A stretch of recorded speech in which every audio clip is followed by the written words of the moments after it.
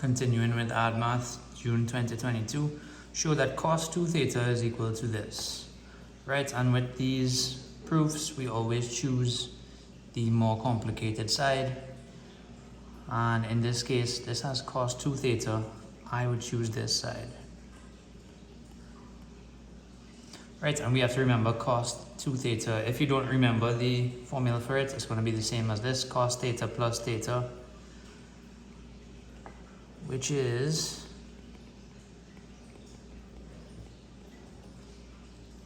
cos of the first term times cos of the second term minus sine of the first term times sine of the second term. Cos theta times cos theta is cos squared theta. And then sine theta times sine theta is sine squared theta. And we always look at the other side of the equation to see what we want it to look like. This equation only has cos squared, right? So we would want to get rid of this sine squared or change what it is. So we have to recall that sine squared theta plus cos squared theta is equal to 1. If we rearrange this, sine squared theta is the same as 1 minus cos squared theta. And we're going to sub this into there. Sub sine squared equals 1 minus cos squared theta. So we get cos squared theta minus 1 minus cos squared theta. And this negative sign applies to both things. Minus times 1 is minus 1. And minus times negative cos squared theta is plus cos squared theta. Like terms go with each other. So one group of cos squared plus another group of cos squared gives us two groups of cos squared theta minus 1. And we have it looking exactly like what we wanted.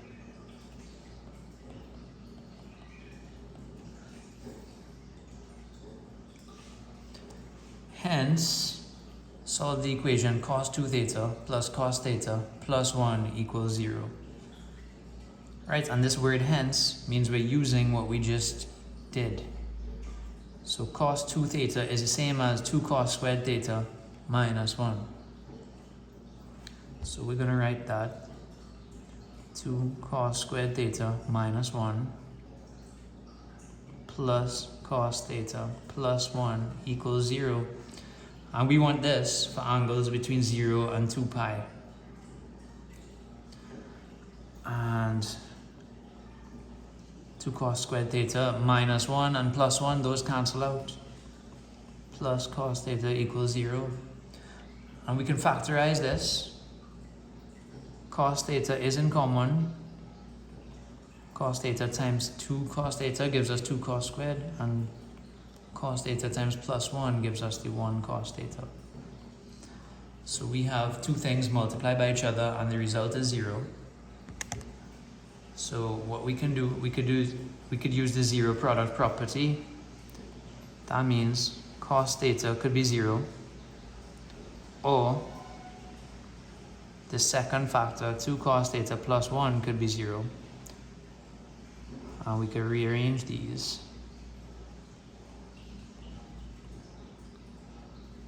Right, and work out our values for cos theta. Then we have to work out the reference angles. Right, and the reference angles would be just cos inverse of the positive versions of these. Okay, so we're ignoring any negative signs for now, but the negative signs will tell us which quadrants we have to apply these reference angles in. So cos inverse of 0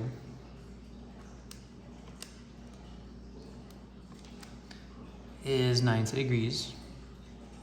Or in your calculator, you might see pi over 2. And cos inverse of a half is 60 degrees. And you might also see in your calculator as pi over 3. I just like to work it in degrees and then change it to radians at the end. So now we have to put these in the correct quadrants. 0 is a special number, but it's not negative, so let's pretend it's positive. So cosine is positive in which quadrants? And we have to remember all school, the CAST rule. Cos is positive in quadrants 1 and 4. Right, so we would apply the angle of 90 degrees in quadrant 1 and in quadrant 4. Right, and remember our reference angle is our angle between the horizontal line and our line. So 90 degrees from quadrant 1, that's going to be right there, and then 90 degrees in quadrant 4 from the horizontal would be down here. So we get our angle is 90 degrees in quadrant 1, 0 plus 90. And then this full angle going all the way around there is going to be 360 minus 90, which is 270.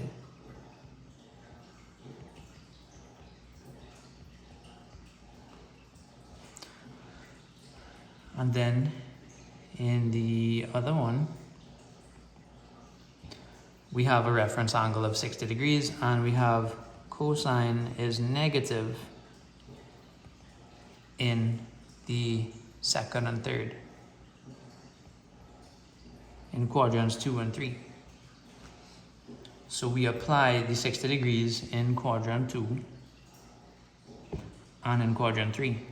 And remember, this reference angle is between our line and the horizontal. We then have to measure the angles from 0 all the way to here. So this would be, first one is 60 less than 180. And the second one is 60 more than 180. So we get 120 degrees and 240 degrees. And we can convert these to radians, right, using the conversion rule.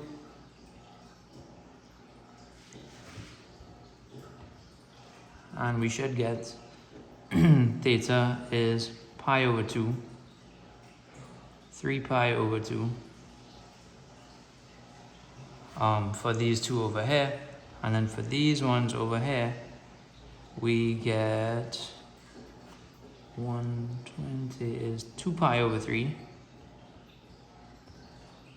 And then 240 is double that, which is going to be 4 pi over 3 radians. Right, and we could put them in order. But those are the 4 answers that we get.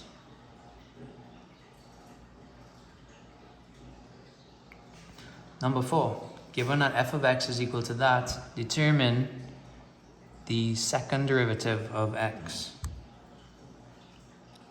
So, if you want, you could expand all of this. You could also do the product rule combined with the chain rule, but I think expanding all of this might be the easiest thing. So that's what I'm going to do. Expand that, we get 5x minus x squared times 5 minus x. And this turns into 25x minus 5x squared minus 5x squared plus x cubed. Like terms go with each other. And then we can work out f, the first derivative of f of x. That's just going to be 25 minus 20x plus 3x squared. And then the second derivative of x is going to be the derivative of this, or you differentiate this, and we get 0 minus 20 plus 6x.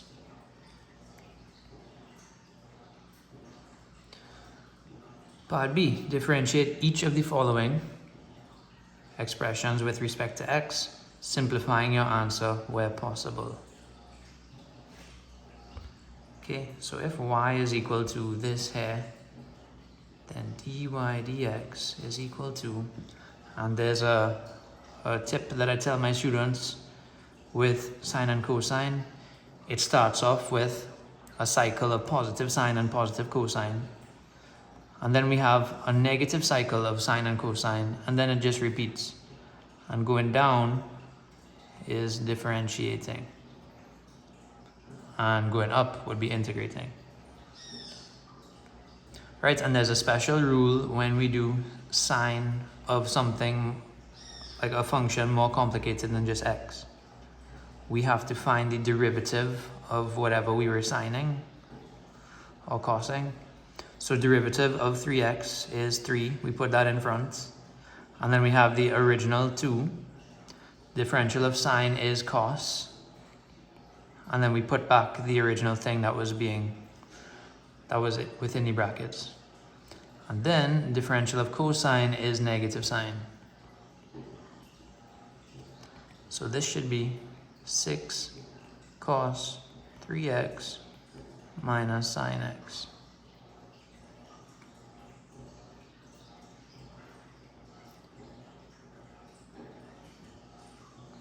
Okay, and then I'm just erasing this to make some space for this last question here, because I know this is going to take up a good chunk of space.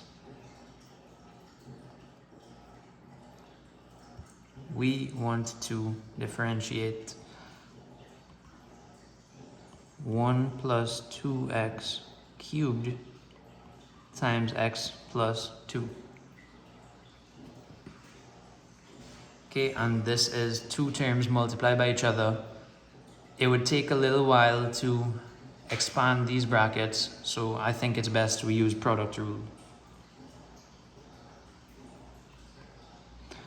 So we let u be equal to 1 plus 2x cubed, and we let v be equal to x plus 2, and we have to try and find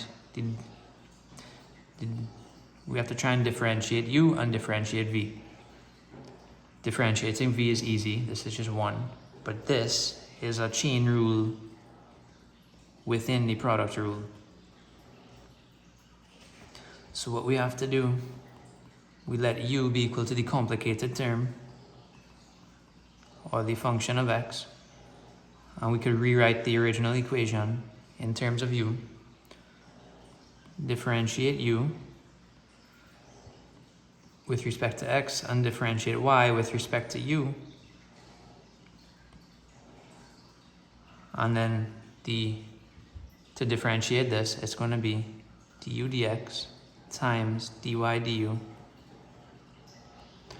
which is going to be 2 times 3u squared is 6u squared, which is 6 times 1 plus 2x to the power of 2. Right, and then we're not done. We're using the product rule. So down here, product rule, dy dx is equal to u times dv plus v times du. So u times dv, let's see what we have. Our original u is 1 plus 2x to the power of 3. Differential of v is just 1. Plus original v. I'm just going to change colors because it's going to make it easier to see over there. Original v is x plus 2. And then du is, this is actually what du is. This is the differential of this. Is 6 times 1 plus 2x to the power of 2. And we have 1 plus 2x to the power of 3 times 1 stays the same. And then we have 6x plus 12 times 1 plus 2x to the power of 2. And then if you notice in this, we have some common terms going on here. We could factorize this. So I'm just going to write it over here. We could pull out 1 plus 2x to the power of 2. That's in common in both. So this is 1 plus 2x to the power of 2, open brackets. We need to multiply by 1 plus 2x to make the 1 plus 2x cubed. And then for this second term, we need the 6x plus 12.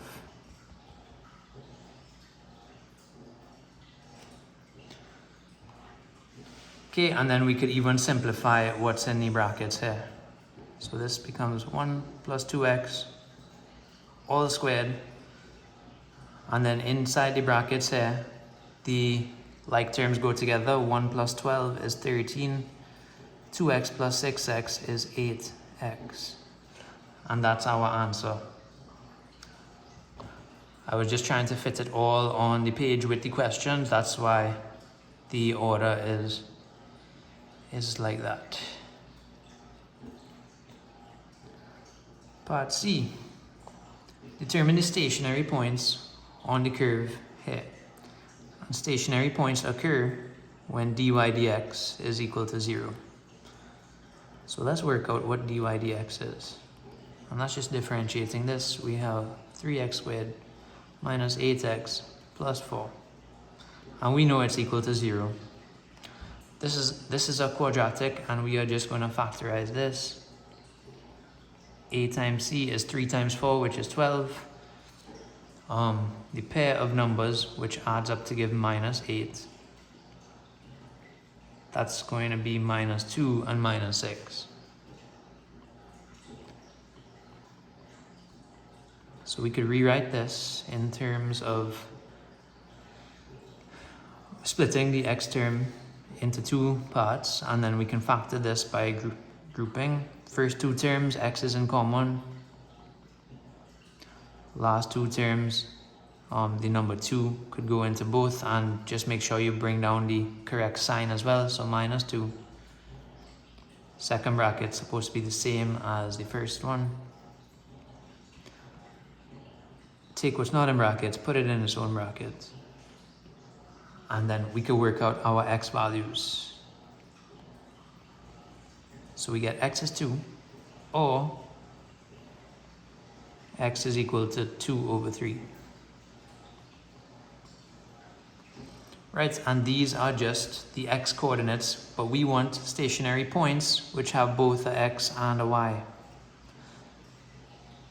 So we have to sub in and find the y values.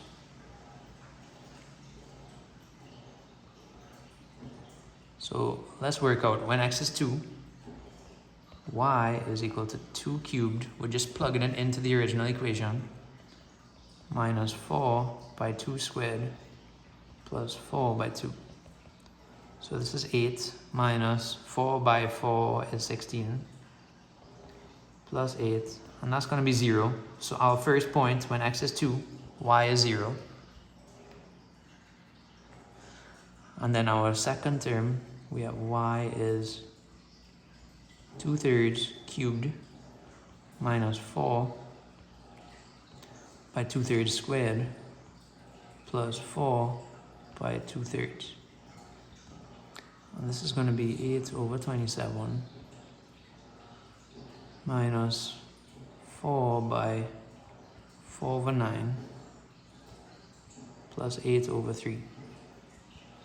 Right, get some common denominators here.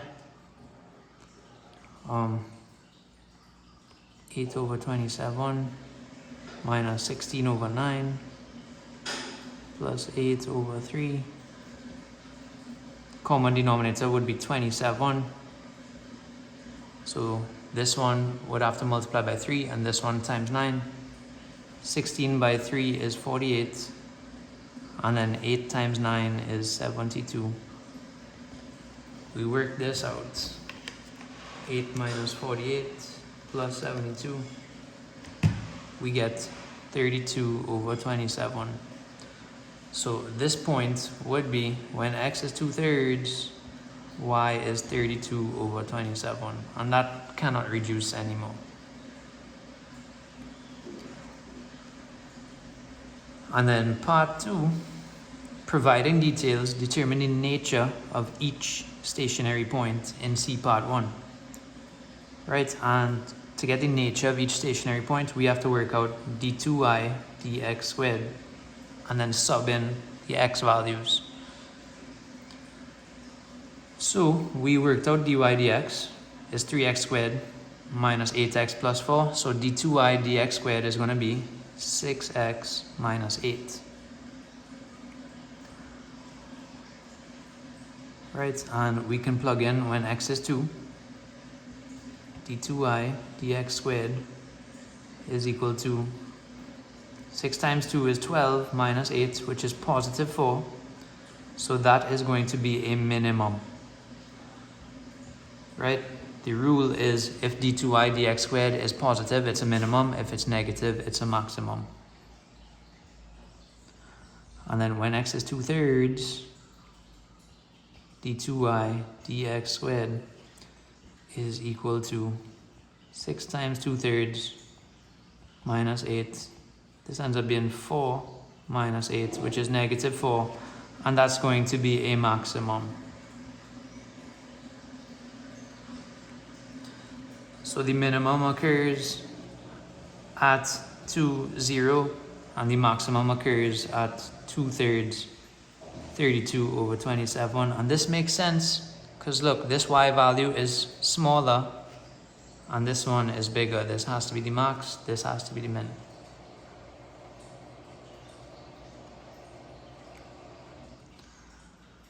On to number 5, we're integrating now. Right, and we're going to use the same rules as before.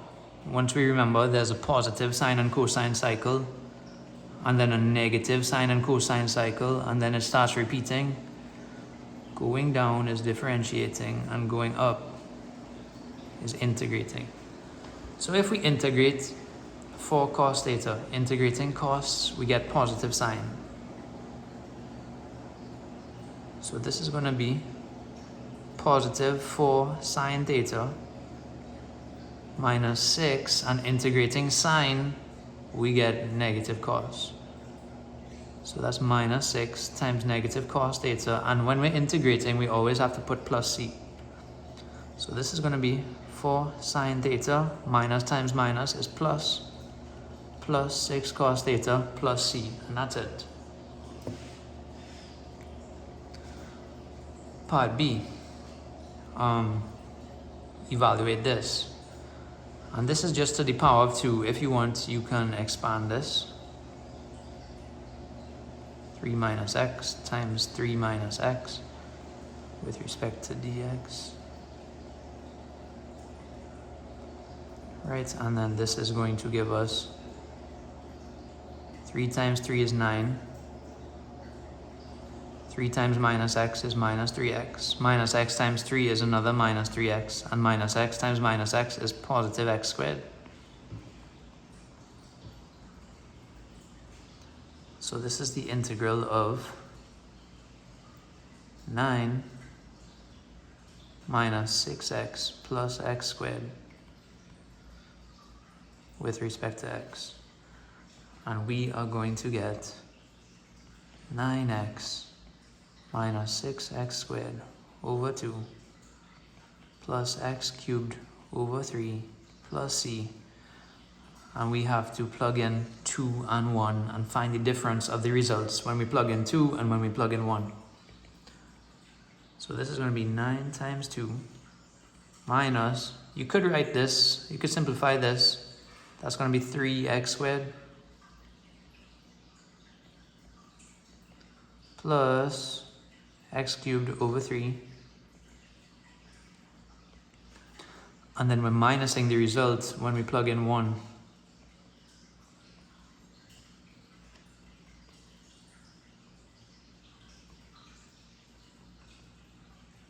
Right, and the plus c's, they would cancel out when we do the subtraction. But let's work this out. This ends up being 18. 3 by 4 is 12. plus 8 over 3 minus 9 minus 3 plus a third. So this ends up being 6 plus 8 over 3.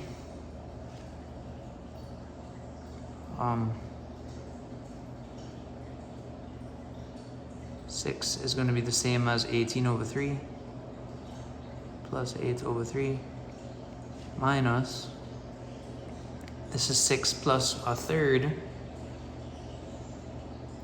so that's going to be 18 over 3 plus 1 over 3. And I'm running out of space, so I'm going to do it here. 26 over 3 minus 19 over 3. And we get 7 over 3. Right, and integrating usually gives us the area between the graph and the x-axis, so it's usually in units squared.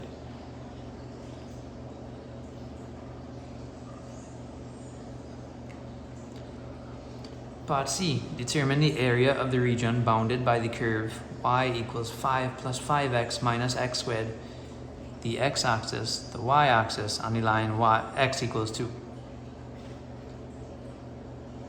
So on a graph, we'd have some kind of curve, right? And we want the region between the x-axis, which is this, the y-axis, which is that, and the line x is equal to 2. So we want this, that shaded region there, right? So the y-axis has an x value of 0. So we basically want to integrate this line, or this curve,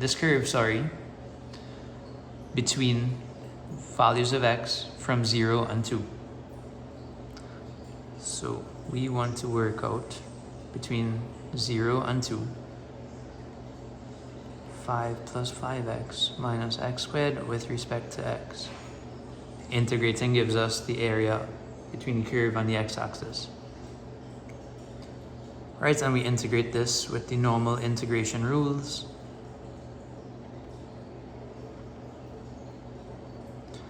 Between 2 and 0, and we're doing the same thing that we did in the last question. So we have 5 by 2 plus 5 by 2 squared over 2 minus 2 cubed over 3 plus c minus, this whole thing is going to turn to 0 because all of these terms are 0. Well, when we plug in x is 0, all of these terms turn to 0. So this, we just end up with 10 plus 5 by 4 is 20, divided by 2 is another 10, minus 8 over 3. 20 minus 8 over 3, so that's 60 over 3 minus 8 over 3. 52 over 3 units squared.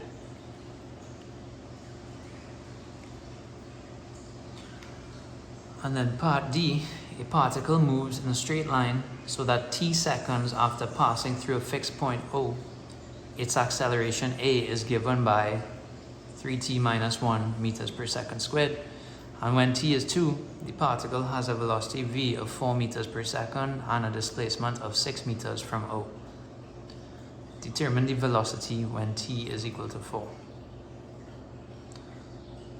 Okay, and we have to remember the relationship between displacement, velocity, and acceleration.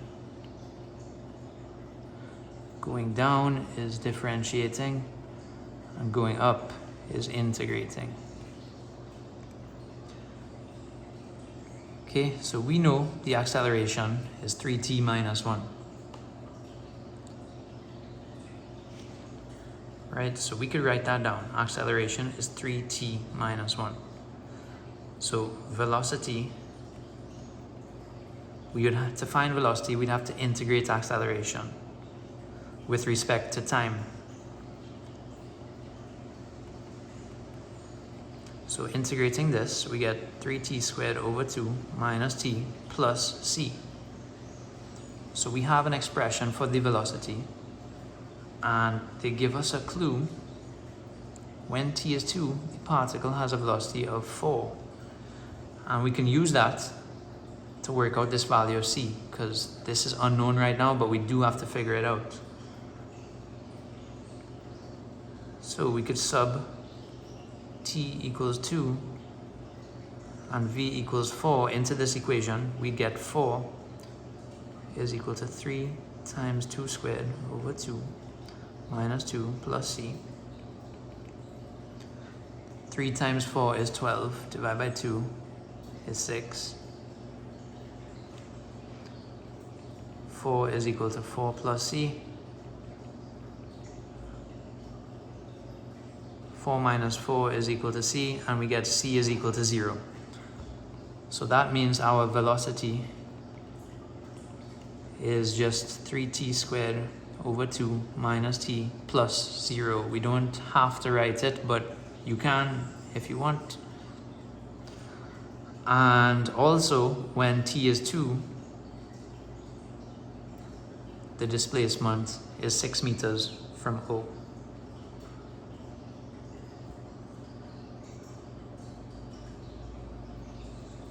But in this first question, we just want to find the velocity when t is 4. So when t is equal to 4, we could just sub in the velocity equation. Wherever we see t, we could put 4. So we have 3 by 4 squared over 2, take away 4. 3 by 16 is 48. 48 over 2 is 24. And we would get 20 meters per second.